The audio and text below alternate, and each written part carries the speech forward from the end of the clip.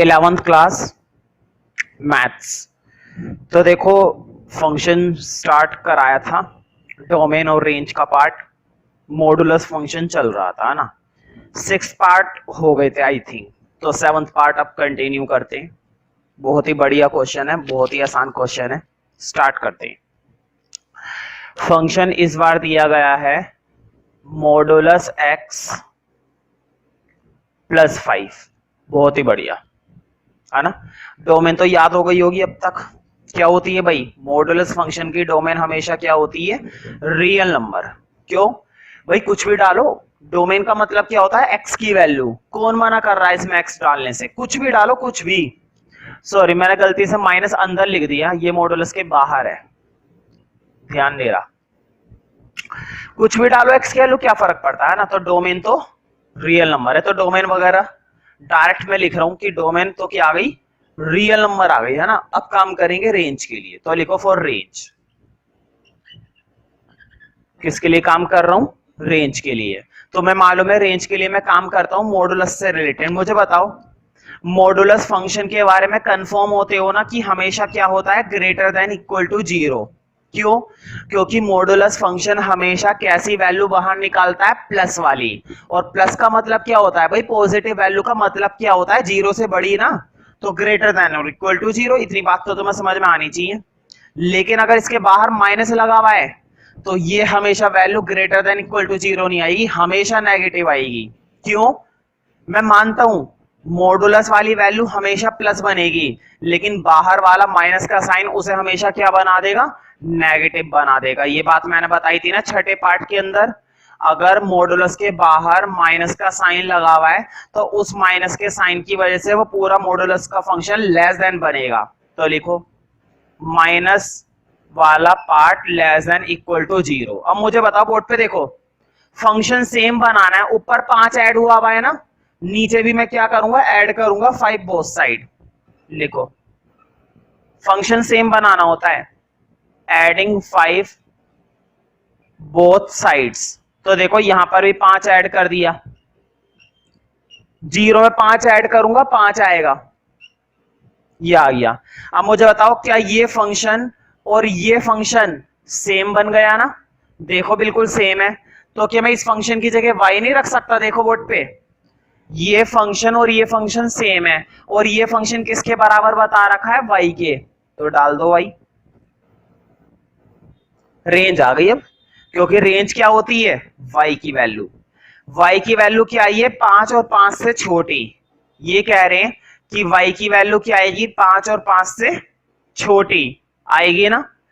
तो या तो 5 या फिर 5 से छोटी, माइनस इंफिनिटी की तरफ। देखो इधर बोर्ड पे तुमने बोला 5 या 5 से छोटी, तो उधर तो जाऊंगा नहीं, छोटी मतलब इधर आऊंगा। देखो 4 3 2 1 0, फिर माइनस में आने लगी -2, और ऐसे करते करते कहां तक जाएगी, माइनस की इंफिनिटी तक। जब छोटी की तरफ आते हैं तो माइनस इंफिनिटी जाते हैं, और जब बड़ी वैल्यू की तरफ जाते हैं तो प्लस की इंफिनिटी जाते हैं। देखो 5 से छोटी वैल्यू चाहिए, y की तरफ क्या लगा हुआ है, छोटा मुंह, तो 5 से छोटी वैल्यू चाहिए। और 5 से बड़ी वैल्यू चाहिए होती तो बड़ा मुंह लगा होता y की तरफ। लेकिन देखो y की तरफ एक छोटा मुंह है, तो मतलब हमें छोटे की तरफ जाना है।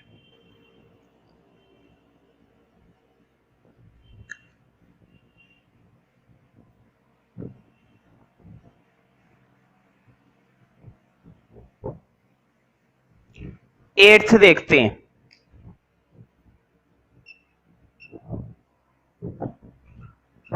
x plus 10 modulus plus 13।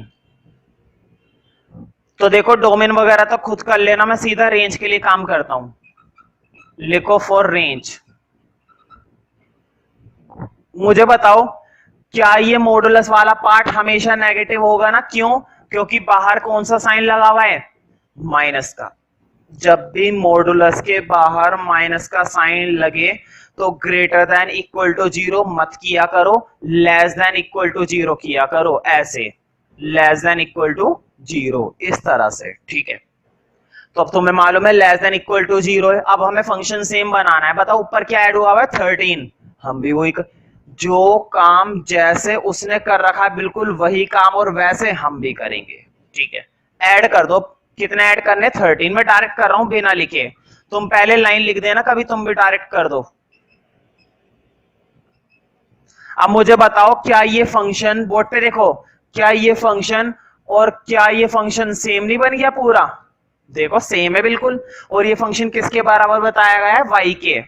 और y की वैल्यू और कुछ नहीं क्या होती है? रेंज होती है। तो लिखो रेंज आ गई इसकी 13, या 13 से छोटा, मतलब माइनस की इंफिनिटी तक जाएंगे। 13 या फिर 13 से छोटा। ठीक है, तो 9th पार्ट और देखते हैं।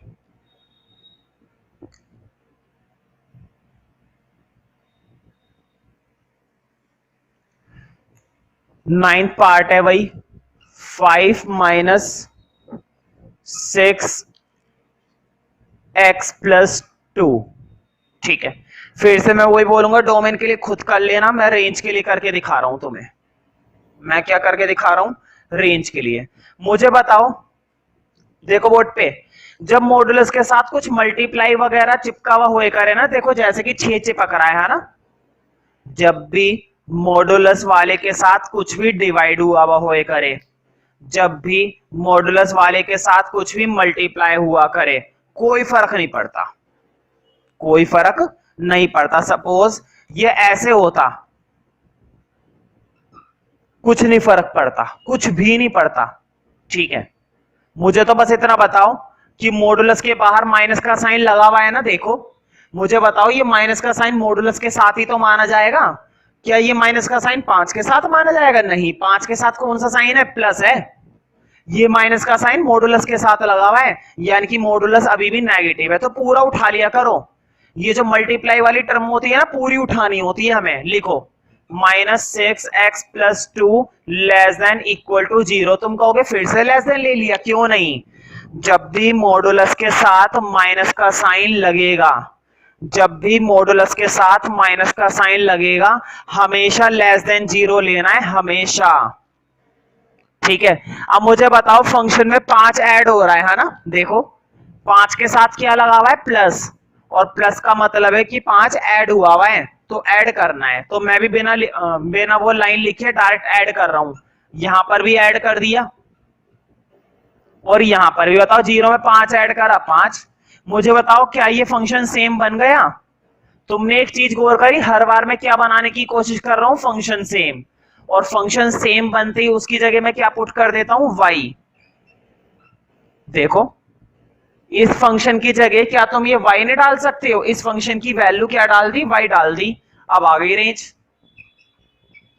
तो रेंज कह रही है y की वैल्यू 5 या 5 से छोटी, तो या तो आएगी 5 या 5 से छोटी, इस तरह से।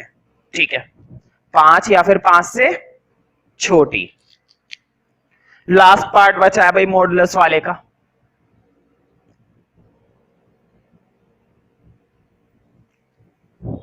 टेंथ पार्ट, ये हमारा y equal to 10 -8 modulus x -3। तो देखो बहुत ही बढ़िया क्वेश्चन है, बिल्कुल पहले वाले पर बेस्ड है। मैंने बताया था मल्टीप्लाई में कुछ भी लगा हुआ हो, कुछ भी, हमें कोई फर्क नहीं पड़ता। तुम्हें पूरा का पूरा मॉडुलस के साथ उठाना है, मल्टीप्लाई भी। तो उठा लो फिर, देखो इस पूरे को उठा लो। बताओ ये नेगेटिव है ना, इसका मतलब ये हुआ कि ये लेस देन इक्वल टू 0 है। ठीक है, हाँ अब क्या करना पड़ेगा? 10 ऐड करना पड़ेगा भाई, कर दो। अब तो याद हो गए होंगे स्टेप। बताओ ये किसके बराबर है? y के बराबर है, कर दो। रेंज कितनी आ गई? तो तुमने एक चीज सीखी कि मॉडुलस फंक्शन के अंदर बार बार क्या बदलती है? बस रेंज बदलती है। बार बार सिर्फ और सिर्फ क्या बदलती है? रेंज बदलती है। मॉडुलस फंक्शन की डोमेन हमेशा क्या होती है? रियल नंबर होती है। सिर्फ और सिर्फ r, मतलब कि रियल नंबर, वो नहीं बदलता कभी, रेंज बदलती है। ठीक है, तो अब जरा क्वेश्चन नंबर 2 स्टार्ट करते हैं।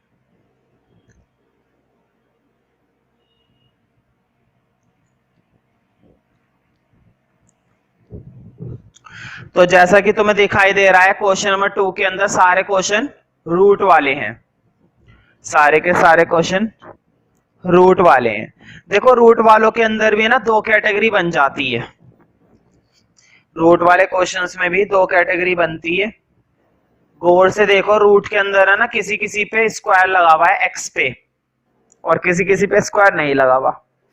तुम्हारी एनसीईआरटी के अंदर दो कैटेगरी दी गई है, एक तो वो जिस पर एक्स पे स्क्वायर लगा हुआ है, और एक वो जिस पर एक्स पे कोई स्क्वायर नहीं है। तो ध्यान रखना, इसके अंदर मैं पहले तुम्हें करवाऊंगा स्क्वायर वाले, ठीक है। मेरे ख्याल से फर्स्ट नंबर पे है पहले एक्स स्क्वायर वाला, फिर थर्ड पर है, फिर 4 पर है ना, फिर 7 पर है ना। तो देखो फर्स्ट, थर्ड, फोर्थ और 7 चार क्वेश्चन तो स्क्वायर वाले हैं और चार क्वेश्चन बिना स्क्वायर वाले हैं, चार क्वेश्चन स्क्वायर वाले हैं और चार क्वेश्चन बिना स्क्वायर वाले हैं, ठीक है। तो स्टार्ट करते हैं। तो देखो कुछ भी नया सिखाने की जरूरत नहीं है, लिखो फर्स्ट फंक्शन है स्क्वायर वाला हमारा है रूट 9 माइनस एक्स स्क्वायर, है ना। एक तरीका है, पहले स्क्वायर वाला करेंगे फिर बिना स्क्वायर वाला करेंगे, है ना। पहले स्क्वायर वाले कर लेते हैं सारे के सारे। मेरी बात का हमेशा ध्यान रखना कि जो डोमेन होती है वो किसकी वैल्यू होती है, एक्स की वैल्यू, और जो रेंज होती है वो किसकी वैल्यू होती है, वाई की वैल्यू। वाई की वैल्यू फाइंड आउट करना रेंज, वाई की वैल्यू फाइंड आउट करना रेंज, एक्स की वैल्यू फाइंड आउट करना डोमेन। बात समझ में आ रही है ना। अब स्टार्ट करते हैं। मुझे बताओ रूट का जो फंक्शन होता है, पहले तो एक लाइन लिखनी पड़ती है रूट वाले फंक्शन में। ध्यान रखना जितने भी तुम्हें फंक्शन मिल रहे हैं ना 11th क्लास में, सबके सब रियल फंक्शन होते हैं, तो एक लाइन जरूर लिखनी होती है। लिखो since F x is a real function, F x is a real function, ठीक है। जो अभी हम मॉडुलस वाले करके आए वो भी रियल ही थे, मेरे ध्यान नहीं रहा लिखने का लाइन, लेकिन उसकी टेंशन मत लो, वहां पर इतनी जरूरी नहीं है। पता है रूट वाले क्वेश्चन बहुत कम होते हैं, वो तो मैंने करा ही दिए, बहुत कम चांस होते हैं उसके आने का। सबसे ज्यादा चांस होता है ये रूट वाला, मॉडुलस वाले का बहुत कम चांस होता है आने का। जो भी मैं करा के आया हूं वो तो मैंने करा ही दी है ना, कि थोड़ी प्रैक्टिस हो जाएगी। ज्यादा चांस होता है रूट वालों का, और उससे ज्यादा चांस होता है रेशनल फंक्शन का, जो भी आगे आ रहे हैं, ठीक है। लेकिन रूट भी आते हैं खूब। तो देखो एफ एक्स तो हमारा एक रियल फंक्शन है। ध्यान रखना ये जो एफ एक्स रियल फंक्शन होता है, इसके अंदर ये जो वैल्यू होती है ना रूट वाली, ये वैल्यू कभी भी नेगेटिव नहीं बनती है। हमेशा ध्यान रखो रूट के अंदर, क्या आप मुझे बताओ तुमने कभी इस तरह का रूट सॉल्व करा है -25? नहीं। क्या इस तरह का करा है 25? बिल्कुल। तुमने आज तक रूट के अंदर कभी नेगेटिव वैल्यू नहीं बनती देखी होगी, क्योंकि रूट के अंदर नेगेटिव वैल्यू ना इमेजिनरी के केस में बनती है। वो मैं तुम्हें चैप्टर 5 के अंदर पढ़ाऊंगा, कॉम्प्लेक्स नंबर के अंदर। कॉम्प्लेक्स नंबर के अंदर है रूट के अंदर नेगेटिव बनने वाला पार्ट। रूट के अंदर नेगेटिव कभी नहीं बनता रियल के केस में। अगर फंक्शन रियल है तो अंदर वाला पार्ट कभी नेगेटिव बनेगा ही नहीं। इसका मतलब ये हुआ कि अगर फंक्शन रियल है तो अंदर वाला पार्ट क्या बनेगा, नेगेटिव तो बनेगा नहीं, मतलब पॉजिटिव बनेगा। और अभी अभी हम मॉडुलस फंक्शन से सीख कर आए, अंदर वाले पार्ट का पॉजिटिव बनने का मतलब क्या होता है, ग्रेटर देन इक्वल टू 0। मुझे बताओ अंदर वाले पार्ट का पॉजिटिव बनने का मतलब, अंदर वाले पार्ट का पॉजिटिव बनने का मतलब क्या होता है, ग्रेटर देन और इक्वल टू 0, है ना, ग्रेटर देन और इक्वल टू 0, ठीक है। अब देखो इस तरह की इनइक्वालिटी को तोड़ते हैं और बहुत ही आसान होता है। इस तरह की इनइक्वालिटी को तोड़ना तुम फेवरेट बना लोगे अपना, फेवरेट। देखो कितना आसान लगेगा। मुझे बताओ ये 9 3 का स्क्वायर होता है ना, 9 किसका स्क्वायर होता है, 3 का। तो देखो बोर्ड पे, या चलो मैं तुम्हें सिंपली सॉल्व करके दिखाता हूं कि किस तरह से सॉल्व करना है इसको। चलो कर ही लेते हैं। 9 का स्क्वायर 9 होता है 3 का, 3 का स्क्वायर लिख दिया, x का स्क्वायर रहने दिया, कोई दिक्कत तो नहीं है। बस मुझे जो तुम बचपन से पढ़ते आ रहे हो ये वाला एक फॉर्मूला बता दो, कोई बहुत बड़ी चीज तो मैंने पूछी नहीं है। बताओ क्या यही होता है ना, ए स्क्वायर माइनस बी स्क्वायर का फॉर्मूला क्या होता है, एक बार माइनस और एक बार प्लस, यही होता है ना, किसी को गलत तो नहीं लगता। तो मुझे बताओ, देखो बोर्ड पे ए स्क्वायर माइनस बी स्क्वायर बन रहा है ना, एक बार माइनस में और एक बार प्लस में, एक बार माइनस में वैल्यू और एक बार प्लस में वैल्यू। मुझे बताओ एक बार माइनस में है और एक बार प्लस में है, बोर्ड पे देखो इधर, एक बार माइनस में है एक बार प्लस में है। ये बात तुम भी जानते हो, जब इनको इक्वल टू 0 रखोगे तो एक तो वैल्यू आएगी -3 और एक वैल्यू आएगी +3, याद है ना। बताओ क्वाड्रेटिक इक्वेशन में कुछ इस तरह के फैक्टर नहीं बनते थे दो दो, और हम यही तो करते थे, एक बार माइनस वाली वैल्यू और एक बार प्लस वाली वैल्यू। लेकिन ये करके नहीं दिखाना है, अब तो तुम्हें कुछ और करना है। बोर्ड पे देखो, बस एक छोटी सी चीज पूछूंगा मैं, ये बात तो क्लियर हो गई ना कि एक बार -3 आएगा एक बार +3 आएगा। कैसे आएगा वो तुम्हें पता होना चाहिए। देखो एक बार 3 इधर से बनेगा और एक बार -3 इधर से बनेगा। चलो मैं तुम्हें करके दिखा देता हूं, उतारना नहीं है, केवल समझा रहा हूं। ये बात तो तुम्हें डायरेक्टली खुद ही पता चल जाएगी कि एक बार माइनस में आता है एक बार प्लस में आता है। देखो अगर ये इनइक्वालिटी मैं तुम्हें अलग से रफ में करके दिखाऊं, सपोज मैंने इसको थोड़ी देर के लिए इक्वेशन मान लिया है ना, देखो यहाँ पर इनइक्वालिटी है ना, ये ध्यान रखना, ये जो लेस देन ग्रेटर देन के साइन होते हैं ना, ये वाले जो साइन होते हैं लेस देन ग्रेटर देन वाले, इनको बोला जाता है इनइक्वालिटी। इनको क्या बोला जाता है, इनइक्वालिटी। इसके लिए तुम्हारे मैथ्स में चैप्टर 6 दिया गया है इनइक्वालिटी के बारे में, इनको बोला जाता है इनइक्वालिटी। लेकिन फिलहाल मैं इसको क्या मान रहा हूं, इक्वेशन इक्वल टू बना लिया ना। अब देखो कैसे सॉल्व करेंगे। 3 - x से एक बार इसको 0 ले लिया, एक बार 3 + x को 0 ले लिया। बताओ यहां से x की वैल्यू आ गई 3, यहां से x की वैल्यू आ गई 3, उधर जाके क्या हो गया माइनस, है ना। तो ये दो वैल्यू तो मैं डायरेक्टली पता चल रही थी ना भाई पहले भी, और अगर नहीं भी पता चले ना, एक बात दिमाग में बिठा लो, एक बार माइनस तो एक बार प्लस, हो गया काम। बस इतना सही तो काम करना है, कोई बहुत बड़ी तोप चीज थोड़ी ना करनी है। एक बार माइनस तो एक बार प्लस, ठीक है। तो देखो अब करना क्या है, वो सॉल्यूशन उतारना नहीं था, वो तो समझाने के लिए करा था। देखो एक बार माइनस वाला इधर लिखना होता है, एक बार प्लस वाला नंबर इधर लिखना होता है, बीच में लिखना होता है x। बात समझ में आई, 2 डिजिट आएंगी माइनस प्लस, माइनस वाली x के इस साइड लिखनी है, प्लस वाली x के इस साइड लिखनी है, बीच में ये वाले साइन लगा देने हमेशा। इस बात को अपने दिमाग में बिठा लो, और नहीं बिठा पा रहे हो तो मैं गारंटी देता हूं तीसरे चौथे पार्ट तक करते करते ये बात तुम्हारे दिमाग में बैठ जाएगी, ये बात तुम्हारे दिमाग में बहुत ही ज्यादा अच्छे से बैठ जाएगी, गारंटी देता हूं बैठेगी ही बैठेगी। ठीक है, बोर्ड पे देखो बस। अब जरा मुझे बताओ ये बात क्लियर हो गई थी या नहीं हुई थी कि एक बार आएगी वैल्यू माइनस की और एक बार वैल्यू आएगी प्लस की, क्योंकि वो क्लियर होना बहुत जरूरी है। देखो एक बार माइनस में आएगी ही आएगी और एक बार प्लस में आएगी ही आएगी। माइनस वाली वैल्यू इधर रखना, प्लस वाली वैल्यू इधर रखना, ठीक है। -3 से बड़ा और 3 से छोटा। तुम सोच रहे होंगे मैं ऐसे इनइक्वालिटी बनाना क्यों सिखा रहा हूं। देखो वैसे तो चैप्टर 6 के अंदर प्रॉपर बताया गया है, लेकिन फिलहाल ऐसे ही सीखो। देखो अब तुम्हें इससे इंटरवल बनाना आता है, देखो बोर्ड पे अब डोमेन का इंटरवल बना दो। रेंज डोमेन तो आ गई है, -3 से बड़ा और 3 से छोटा। देखो बोर्ड पे कैसे करेंगे, -3 से बड़ा 3 से छोटा, इंटरवल बन गया। तुम कहोगे मैंने दोनों तरफ क्लोज इंटरवल क्यों लगाया है। ध्यान से देखो, दोनों तरफ क्लोज इंटरवल इसलिए लगाया है क्योंकि अपोन में क्या लाइन बनी हुई है, इक्वल टू। मैंने चैप्टर 1 के अंदर बताया था ना, ये किसका साइन होता है, क्लोज इंटरवल का। किसका साइन होता है, ये क्लोज इंटरवल का। जब भी इनइक्वालिटी के नीचे ये इक्वल टू का साइन लगा हुआ होता है ना, तो ये होते हैं क्लोज इंटरवल। ठीक है, हमेशा ऐसे ही करना है, हमेशा। रेंज अभी नहीं बता रहा, जितने हिस्से में डोमेन आई है ना तुम्हारे पास, अपने पेज में तुमने सॉल्यूशन उतारा है, जितने एरिया में या जितनी लाइनों में डोमेन आई है उतनी ही लाइनें या फिर उतना ही एरिया छोड़ दो रेंज के लिए। रेंज अभी नहीं बता रहा, पहले मुझे 2 क्वेश्चन डोमेन के कराने दो, फिर मैं रेंज बताऊंगा। मैंने पहले ही बताया था फंक्शन का जो रेंज वाला पार्ट होता है थोड़ा सिरदर्दी वाला पार्ट है। लेकिन जब मैं एक बार समझाऊंगा, मैं दावत करता हूं तुम्हारे दिमाग में चिपक जाएगा। पहले मुझे कम से कम 2 या 3 क्वेश्चन डोमेन के कराने दो, फिर मैं हाथों हाथ रेंज करा दूंगा 3 क्वेश्चन के, और फिर रेंज यूं हो जाएगी झटके से। ठीक है, पहले डोमेन तुम समझ लो। इस क्वेश्चन में तुम्हें डोमेन के बारे में 40% नॉलेज हो गई होगी, कोई बात नहीं, अगले फंक्शन में देखो कितनी हो जाएगी।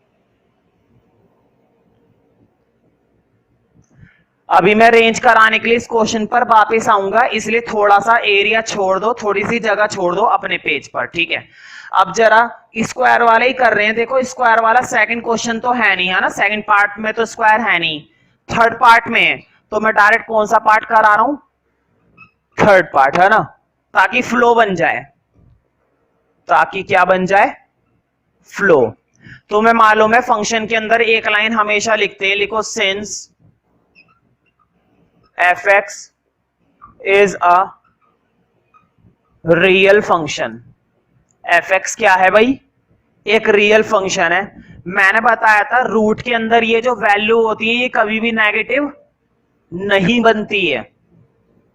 रूट के अंदर वाली ये जो वैल्यू होती है ना, ये कभी भी नेगेटिव नहीं बनती है, क्योंकि फंक्शन कैसा है, रियल है। और अगर नेगेटिव नहीं बनती है तो इसका मतलब ग्रेटर देन इक्वल टू 0 बनती है, क्योंकि पॉजिटिव का मतलब क्या होता है, या तो 0 या 0 से बड़ी, या तो 0 या 0 से बड़ी।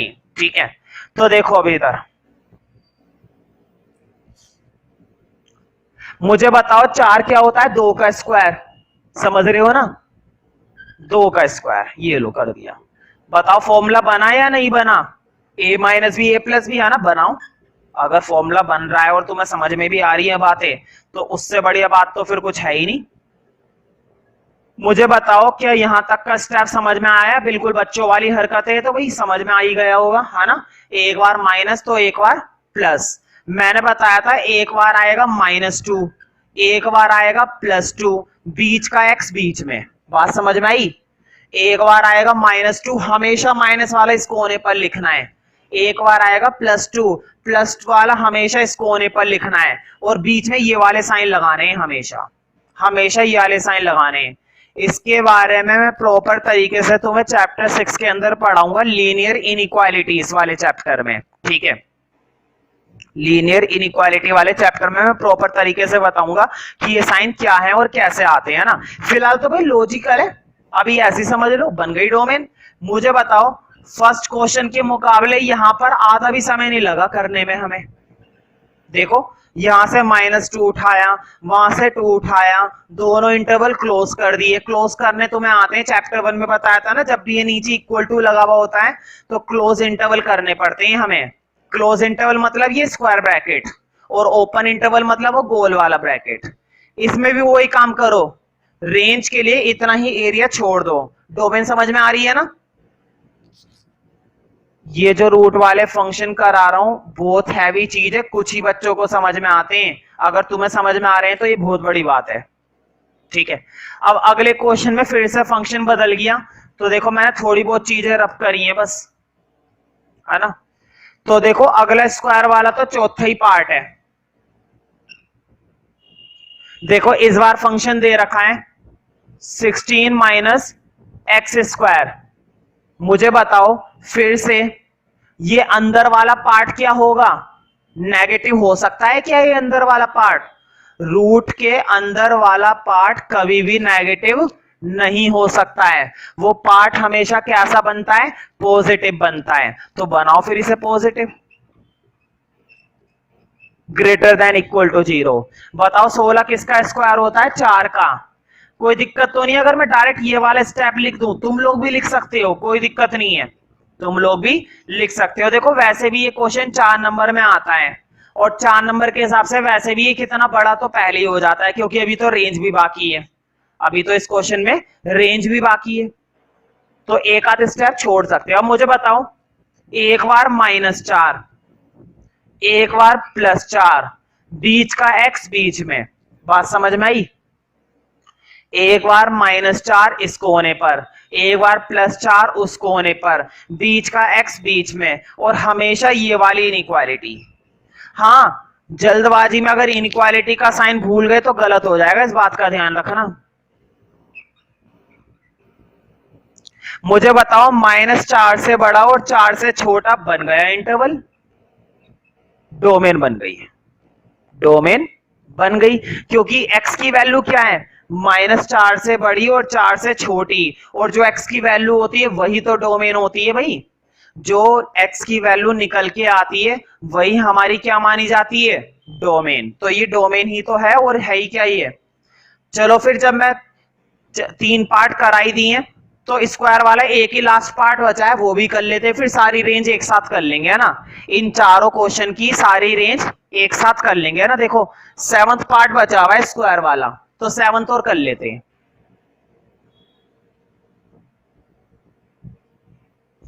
फिर सारी के सारी रेंज एक साथ करा दूंगा। तो देखो 7th है 25 माइनस एक्स स्क्वायर, है ना, करते हैं भाई इसको। अब तो मुझे बोलने की जरूरत ही नहीं है, 25 माइनस एक्स स्क्वायर क्या होना चाहिए, ग्रेटर देन इक्वल टू 0 होना चाहिए। बताओ 25 किसका स्क्वायर है, 5 का। ये स्टेप डायरेक्ट लिख दिया तो मैंने कोई गुना तो नहीं करा ना, कोई गुना नहीं करा, मुझे मालूम है। 11th क्लास में कम से कम चौथे क्वेश्चन तक मैंने पहले ही बोला था। अब मुझे बताओ क्या तुम्हें डोमेन 100% आ गई, मैंने बोला था ना अगर फर्स्ट पार्ट में तुम्हें 40% आई है तो तीसरे चौथे पार्ट में तुम्हें पूरी की पूरी 100% डोमेन क्लियर हो जाएगी, ठीक है, हो चुकी होगी अब तक। तो देखो अब थोड़ा सा और करेंगे, माइनस यहां पर इस कोने पर लिखते हैं, प्लस उस कोने पर लिखते हैं, बीच का एक्स बीच में ही आता है हमेशा, ये वाली इनइक्वालिटी, -5 से बड़ी, -5 से बड़ी, -5 से बड़ी और 5 से छोटी, बना दो डोमेन। मैं उम्मीद करता हूं तुम्हें ये चीजें चिपक गई होंगी दिमाग के अंदर, अगर इतना करने पर भी नहीं चिपकती है तो कोई दिक्कत नहीं है, पूछो मुझसे खुलकर।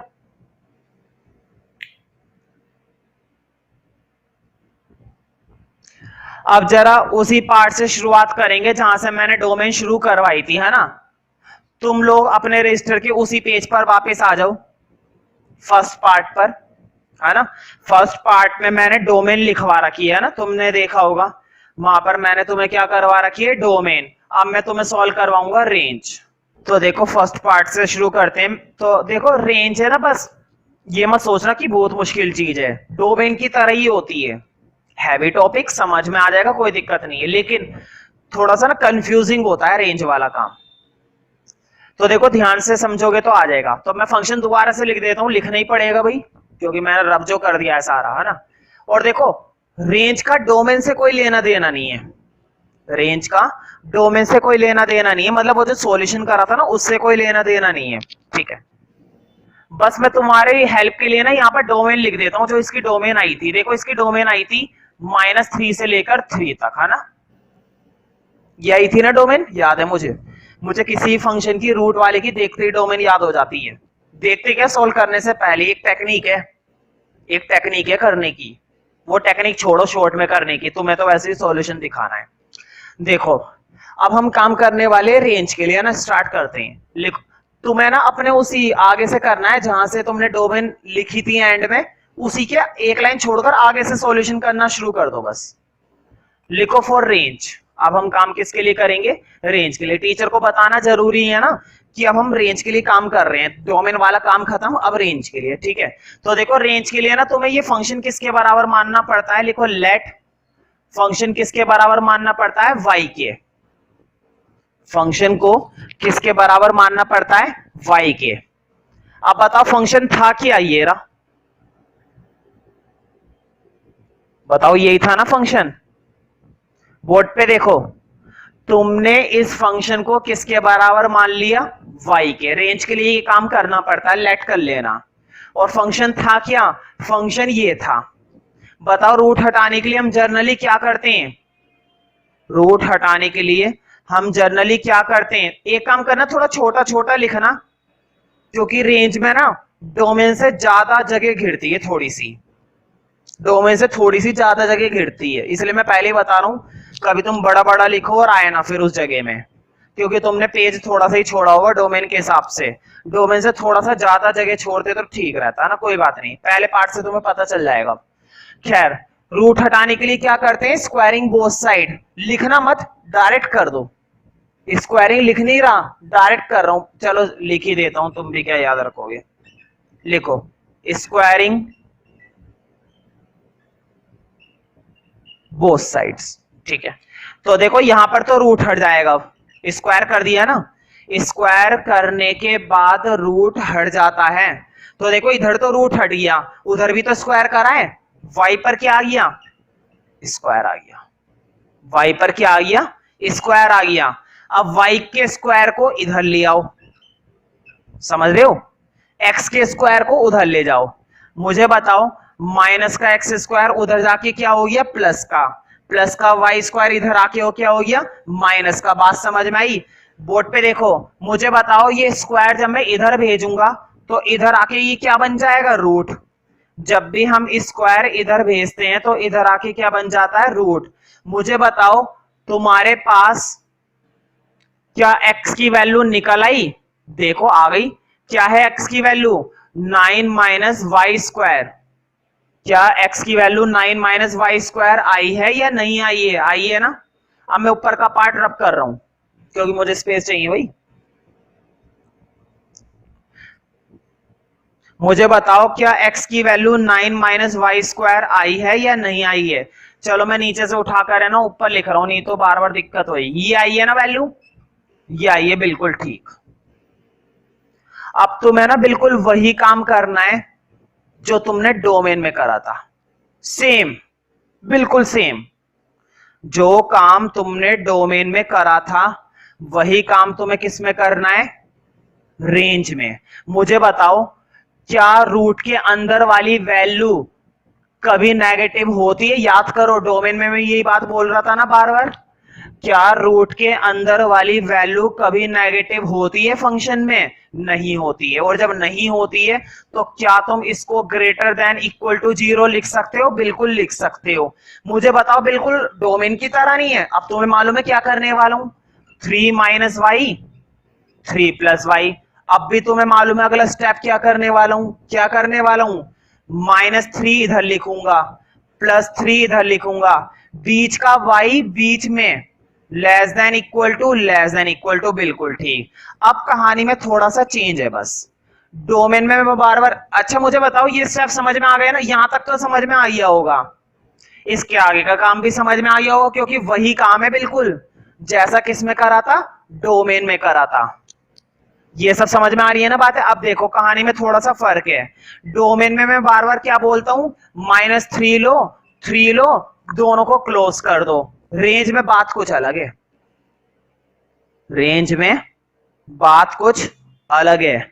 मुझे बताओ जब तुम रूट सॉल्व करके निकालोगे, हमेशा ध्यान रखना, तुमने देखा होगा रूट के बाहर 2 साइन एग्जिस्ट करते हैं, रूट के बाहर कितने साइन एग्जिस्ट करते हैं, 2 साइन एग्जिस्ट करते हैं। लेकिन ध्यान रखना जब भी हम फंक्शन की बात करते हैं ना, रूट वाले फंक्शंस की बात करते हैं, तो हम इसका कौन सा साइन कंसीडर करके चलते हैं, प्लस वाला। क्यों करते हैं भाई, जैसे कंसेप्ट बनाए गए वैसे मैं बता रहा हूं, मैंने थोड़ी ना बनाए कि प्लस वाला ही क्यों करते हैं। मुझे भी मालूम है रूट के बाहर 2 साइन एग्जिस्ट करते हैं, तुम्हें भी मालूम है रूट के बाहर 2 साइन एग्जिस्ट करते हैं, लेकिन रियल फंक्शंस में ना हमेशा रूट के बाहर एक ही साइन कंसीडर किया जाता है, प्लस वाला। तो मुझे बताओ अगर बाहर प्लस वाला साइन कंसीडर किया जाता है तो क्या कभी इस फंक्शन की वैल्यू नेगेटिव निकलेगी, कभी नहीं निकल सकती। जब बाहर हमेशा कौन सा साइन लगा हुआ है, प्लस, तो क्या कभी फंक्शन की वैल्यू नेगेटिव निकलेगी या नहीं निकलेगी, कभी भी नहीं निकल सकती। और जो फंक्शन की वैल्यू निकलती है वही तो रेंज होती है। तो मुझे बताओ क्या रेंज, बोर्ड पे देखो y की वैल्यू क्या क्या आई है, -3 से लेकर 3 तक, देखो प्लॉट करके मैं तुम्हें दिखा रहा हूं, देखो क्या आई है, -3 -2 -1 0 1 2 3। मुझे बताओ यही तो मतलब है, -3 से लेकर 3 तक का क्या मतलब है, यही तो मतलब है। क्या नेगेटिव वैल्यू आ सकती है रेंज में, मुझे बताओ क्या इस फंक्शन की वैल्यू कभी भी नेगेटिव तुम्हें मिलेगी या नहीं मिलेगी? मैंने बताया है फंक्शन के बाहर हमेशा कौन सा साइन एग्जिस्ट करता है? प्लस वाला। फंक्शन के बाहर हमेशा प्लस वाला साइन एग्जिस्ट करता है, तो नेगेटिव वैल्यू तो भूल जाओ, नेगेटिव वैल्यू तो भूल जाओ। हमेशा रेंज के अंदर कौन सी वैल्यू डालो? 0 से। मतलब यहां तक तो तुम्हें माइनस का पीछा करना है, लेकिन इसके बाद माइनस का पीछा छोड़ देना है, क्योंकि तुम्हें कभी भी रेंज नेगेटिव नहीं मिल सकती है रूट वाले फंक्शन में। रूट वाले फंक्शन में कभी भी रेंज नेगेटिव नहीं मिल सकती, जैसे मॉडुलस में मैं बोलता था ना, वैसे यहां पर। अच्छा, एक चीज गौर करी तुमने? तुम्हारी डोमेन क्या थी? -3 से 3। रेंज क्या बनी इसका? पॉजिटिव वाला पार्ट 0 से 3, है ना? तुम डोमेन से रेंज निकाल सकते हो हमेशा। देखो बोर्ड पे, देखो जो थर्ड पार्ट में करा के आया हूं, थर्ड पार्ट के अंदर है ना, तुम थर्ड पार्ट चलो स्टार्ट करते हैं, है ना? ऐसे शॉर्ट में कब तक कराऊंगा, ये सब नोट कर लेना। देखो बोर्ड पे -3 से लेकर 3 तक की रेंज आई थी, लेकिन तुमने इसमें से पॉजिटिव वाला पार्ट क्यों चूज करा? क्योंकि रेंज रूट के अंदर कभी भी नेगेटिव नहीं हो सकती है। हमेशा कैसी वैल्यू आएगी? पॉजिटिव आएगी हमेशा। इसकी वैल्यू नेगेटिव नहीं आ सकती है, क्योंकि फंक्शन के बाहर हम हमेशा कौन सा साइन मानकर चलते हैं? पॉजिटिव। इसलिए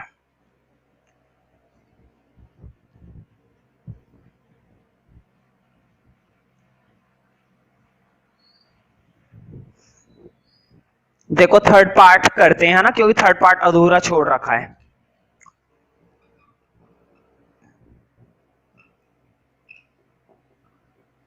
इसकी डोमेन ये आई थी। तुम सोच रहे होंगे मैं मतलब मैं डोमेन क्यों लिख देता हूं, है ना? लिख देता हूं बस ऐसी, क्या दिक्कत है ना? अब शुरू करते हैं रेंज के लिए। मैंने बताया था रेंज के लिए इस फंक्शन को किसके बराबर मानते हैं? किसके बराबर मानते हैं इस फंक्शन को? y के बराबर। तो मैं डायरेक्ट लिख रहा हूं। अब मैंने डायरेक्टली इस फंक्शन को किसके बराबर मान लिया? y की। कोई दिक्कत तो नहीं है? क्या करूंगा रूट हटाने के लिए? Squaring both side. चलो मैं लिख ही देता हूं, स्क्वायरिंग बोथ साइड। दोनों तरफ स्क्वायरिंग कर रहा हूं, इधर भी उधर भी स्क्वायर आ गया y पर। क्या आएगा? स्क्वायर। मुझे बताओ जब स्क्वायर इधर करेंगे रूट के ऊपर, तो वो रूट से स्क्वायर हट जाएगा ना? जब भी किसी भी रूट वाली टर्म का स्क्वायर किया जाता है ना, तो वो रूट गायब हो जाता है, और तुम देख सकते हो मैंने गायब कर दिया। y को इधर लेकर आओ, अब x को उधर भेज दो, और मुझे बताओ x के ऊपर ये जो स्क्वायर लगा हुआ है, ये स्क्वायर इधर आके क्या हो जाएगा? Square root. क्लियर हो गई ना बात? अब मैंने तुम्हें बताया था आगे का काम बिल्कुल वैसे ही करना होता है जैसा हम किसके लिए करके आए थे? डोमेन के लिए। मुझे बताओ रूट के अंदर वाली टर्म कभी भी नेगेटिव हो सकती है क्या फंक्शन के अंदर? मैंने बताया रूट वाली की अंदर वाली जो टर्म होती है रियल फंक्शन के अंदर, क्या वो टर्म कभी भी नेगेटिव होगी? कभी भी नहीं होने वाली नेगेटिव। और जब ये नेगेटिव नहीं है, तो इसका मतलब ये वैल्यू क्या हो सकती है? Greater than equal to 0। मैं डायरेक्ट ये वाली चीज लिख दूं, 2 माइनस वाई 2 प्लस वाई। समझ में आ रही है ना ये वैल्यू कैसे लिखी होगी? मुझे बताओ, एक बार प्लस का फॉर्मूला लगा दिया मैंने, एक बार माइनस का। तो मुझे बताओ, मैं जानबूझकर है ना इस काम को इतना नहीं सजा रहा, क्योंकि बिल्कुल सेम काम हमने किस में करा था? डोमेन के अंदर। और तुम्हें भी टेस्ट में और पेपर में बिल्कुल ऐसे ही करना है, जरूरी नहीं पूरा सजाओ, है ना? इसलिए अब तुम्हें मालूम है एक बार -2 लिखना होता है, एक बार +2 लिखना होता है, बीच का y बीच में। ये तो वही बात हो गई कि मैंने डोमेन की प्रैक्टिस फिर से करा दी, है ना? बिल्कुल, ये तो तुम्हारे लिए खुशी की बात है कि एक ही क्वेश्चन के अंदर एक ही चीज की प्रैक्टिस 2-2 बार हो रही है। और क्या लोगे? लेकिन मैं शर्त लगाता हूं, अगर इसको तुमने घर में प्रैक्टिस नहीं करा तो ये दिमाग से निकल जाएगी सारी टेक्निक, जितनी मैं सिखा रहा हूं इतने बढ़िया करके सब निकल जाएगी। तो तुम्हारा खुद का प्रैक्टिस करना बहुत जरूरी है घर पे। मुझे बताओ, क्या रेंज के अंदर मैं ये पूरा ले लेता हूं -2 से लेकर 2 तक? नहीं, सिर्फ कौन सा वाला पार्ट लेता हूं? पॉजिटिव वाला पार्ट।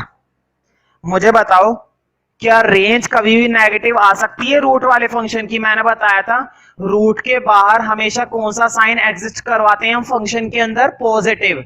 इसका मतलब रेंज कभी नेगेटिव आए। देखो इसको प्लॉट करके मैं तुम्हें दिखाता हूं। इसको अगर मैं तुम्हें नंबर लाइन पे दिखाऊं ना तो ऐसे बनेगा।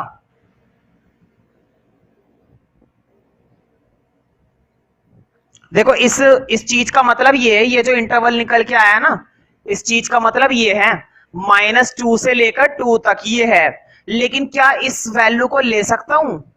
नेगेटिव वैल्यू को लेने का कोई फायदा ही नहीं है क्योंकि रेंज कभी नेगेटिव आएगी नहीं, है ना। सिर्फ कौन सी वैल्यू आएगी? 0 से लेकर 2 तक। तो पॉजिटिव वाला पार्ट समझ रहे हो ना।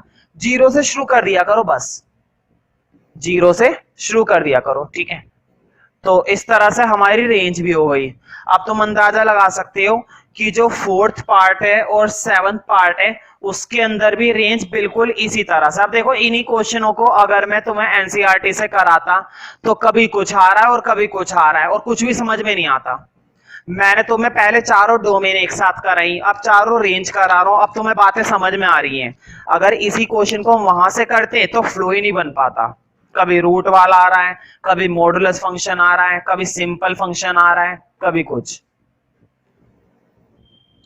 तो हर एक चीज को करने का एक तरीका होता है, ठीक है। कुछ चीजें एनसीईआरटी में बहुत ही बढ़िया तरीके से अरेंज होती हैं और कुछ चीजें ठीक तरह से अरेंज नहीं होती हैं। तो 4th और करते हैं, 16 माइनस एक्स स्क्वायर। वही बात बोलूंगा भाई मैं इसके लिए भी। क्या करेंगे? फंक्शन को y के बराबर। हमेशा रेंज के लिए फंक्शन को किसके बराबर मानते हैं? y के। और फंक्शन था ये। मुझे बताओ रूट हटाने के लिए क्या करते हैं भाई? Squaring both side. डायरेक्ट कर रहा हूं भाई इस बार तो मैं। 16 माइनस एक्स स्क्वायर और y पे क्या आ जाएगा? स्क्वायर। y को इधर लेकर आओ, एक्स स्क्वायर माइनस का है उधर भेज दो। समझ में आ रही है ना बात? बताओ ये स्क्वायर इधर आके क्या हो जाएगा? Square root. अब जैसे रूट बन जाए करे ना, आगे का काम बिल्कुल वही करना होता है जैसा तुम किसके अंदर करके आए हो? डोमेन के अंदर। जो काम तुमने डोमेन के अंदर कर रखा है बिल्कुल वही सिमिलर वर्क तुम्हें यहां पर भी करना है, ठीक है। तो करते हैं फिर। मुझे बताओ रूट के अंदर वाली टर्म क्या कभी नेगेटिव बनती है?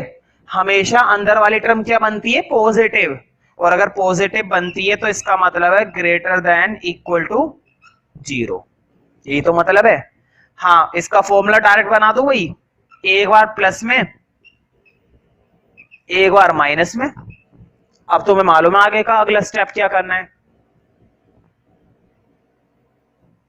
-4 इधर लिखो, +4 उधर लिखो, बीच का y बीच में। और हमें भाई अब तक तो ये वाली इनइक्वालिटी, ये जो साइन में बार बार लगाता हूं ये तो याद ही हो गया होगा, है ना। देखा, अभी तो हमने स्क्वायर वाले करे हैं और स्क्वायर वालों में रेंज चल रही है बस अभी, और उसी में तुम्हें ये वाला साइन याद हो गया होगा, है ना। तो बढ़िया रहता है कि क्वेश्चंस की इतनी प्रैक्टिस करो कि वो अपने आप ही दिमाग के अंदर सेट हो जाए। यही मैथ्स का रियल रूल है। बड़े से बड़ा क्वेश्चन, कितनी भी हैवी कैलकुलेशन वाला, कितना भी हैवी कंसेप्ट वाला टॉपिक अच्छे से समझ में आ जाता है अगर उसकी तुम दुनिया भर की क्या करते हो? प्रैक्टिस करते हो। अब बना दो इसकी रेंज भाई। मुझे बताओ रेंज क्या पूरी बनाऊंगा -4 से लेकर 4 तक? नहीं, -4 से नहीं, 0 से। कहां से शुरू करते हैं भाई? 0 से। क्यों? क्योंकि रेंज नेगेटिव में कभी भी शामिल नहीं होती, इसकी रेंज कभी भी नेगेटिव नहीं निकलती है। तो वो जो 7th पार्ट पड़ा है ना, बचा हुआ है, उसकी रेंज घर से करके लाना। अच्छा लगे तो लाइक करो, नहीं अच्छा लगे तो फिर भी लाइक कर दो भाई यार, एक लाइक करने में क्या